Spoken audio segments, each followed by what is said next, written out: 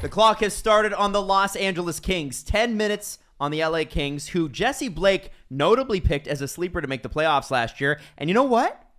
It was looking like about halfway through that they were going to do it. The wheels fell off. But the Los Angeles Kings, whether or not you believe they're good, the LA Kings sure seem to act like they think they are. They picked up Victor Arvidsson this year. They picked up Phil Deneau on a massive contract, although what a great signing. Cal Peterson has intriguing numbers. Goals against under 3. Victor Arvidsson as well up front. Yeah. Did I not say Victor Arvidsson? Did you? Oh, I thought I said before Phil Deneau. I said. Oh, Victor yeah, Arvidsson. you did. Okay, no, all right. So I have. No, you know why? Why? I thought I had 3 names written down, but the first word was acquired. I thought it was a player name. I'm not wearing my glasses. So let's start with let's start with where we think that we'll get to the goaltending in a second. Deneau and Arvidsson, obviously, with Arvidsson you get depth scoring. With Deneau you get shut anyone down ever. Ever. And he can score more than he did in the playoffs. Sure. But you don't need him to necessarily. No. Well, they were 27th in scoring. I like to know even more for what he brings for Quinton Byfield. Having Deneau there fills the slot that pushes Quinton Byfield down the lineup so he gets sheltered minutes. Yeah, or at very least takes the defensive burden off of him. Exactly. And that's going to be so good for his development. And I think it was a great move by Rob Blake.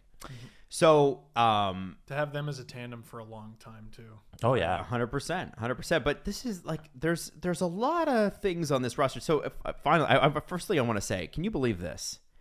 The monster mammoth deal that Dustin Brown signed years and years and years ago when he was captain, that saw him almost get booted out of the lineup. He was like a non-NHL player, like non-roster guy. Years ago. Yeah. And then They made his bounced way back. Yeah.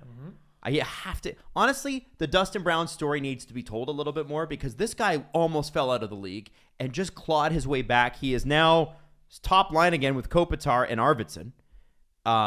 This contract's up at the end of the year. Is Dustin Brown still a gamer? Is Dustin Brown still a guy? If you're a playoff team, is Dustin Brown on your first line? There's an element of Michael Jordan has ruined the Last Dance, but there's an element there for this team in that guy has been a leader there for a very long time. Drew Doughty is obviously very proud and upset at how he's portrayed and how the Kings are portrayed. Kopitar's there, like I just mentioned. This is a group that's been through a lot, and they've lost a lot of guys, and I assume the sun is setting on Dustin Brown's time. Well, it's his last year. Yeah. You think? I assume, I mean, if he does stay there, it's going to be for a lot less than 5.85 or whatever it is. Yes. So they are building towards the future. They're trying to be better, but I do think there's also an air of imminent change around the team, and that'll be a motivating factor for anybody. One of the things that they had struggled with that they couldn't seem to get it figured out is as Jonathan Quick aged, they were trying to figure out their goaltending situation. Well, and Martin Jones, he's gone. Ben Scrivens worked out. He's gone. Bernier Jack gone. Campbell, Bernier before that, he's gone. Bernier, he's gone. And they how do you luck into that many guys? They should not be like, and also here's Cal Peterson. It's Cal Peterson time, and I'm jacked for it. Yeah, you're here for it? Yeah, I think this tandem is gonna surprise a lot of people. Well, it's a $10 million tandem as of next year, but for this year, Cal Peterson only makes $858,000, while Jonathan Quick makes $5 million. Jonathan Quick with 2 more years left on his deal. Do you believe? So, if Cal Peterson's the guy, let's say he plays 50 games, is Jonathan Quick good to give you a 50 or a 500 win percentage in the remaining 30? His issue has sort of been Bobrovsky's in that Bobrovsky was a very side-to-side goalie. It was a very Gumby legs goalie, and then he got an injury there, and that ages poorly. Right. Jonathan Quick is sort of in the same boat. Playing less games, I think, is going to do a lot for him. Okay.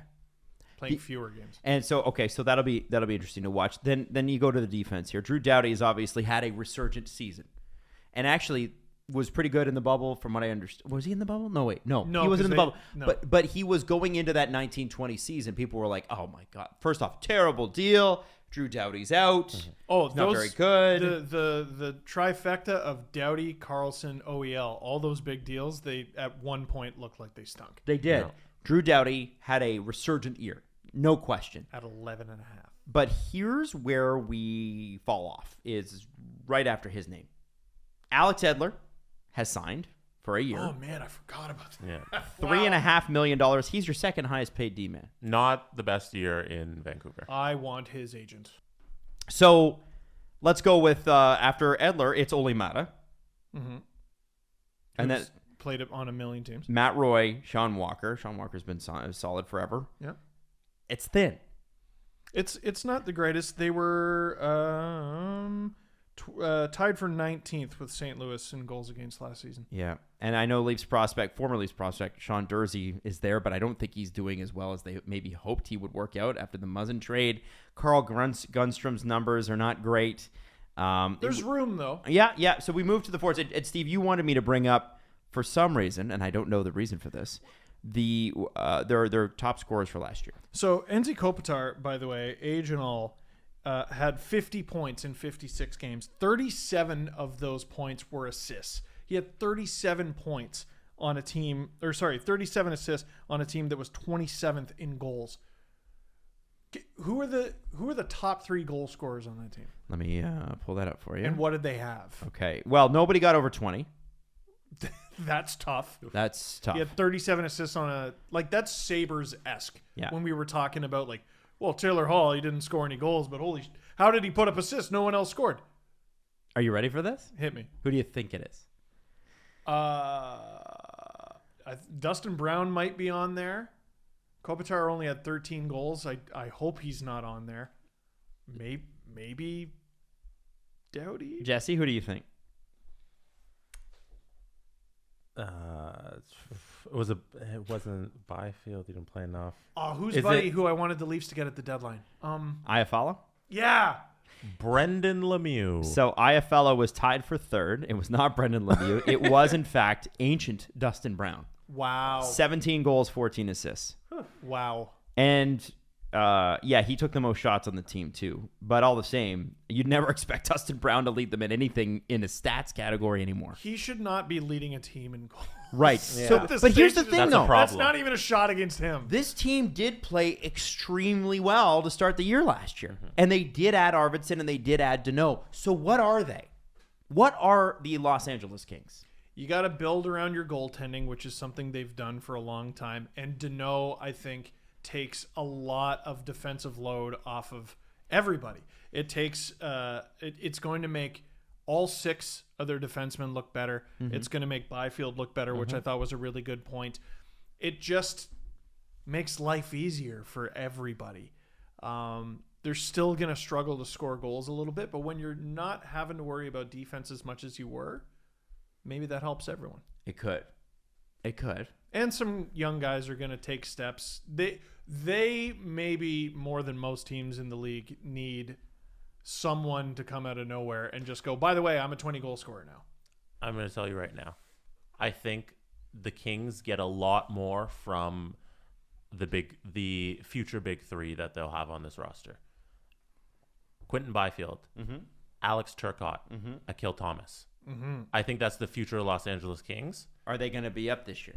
I think all 3 of them are on the roster this year at some point, and they'll stick. Not necessarily to start. Not necessarily to start, but at some point they'll all be up with the team and they'll stick. So then tell me this, gentlemen. That's the right way to Where do do it. the Los Angeles Kings finish this year in the division?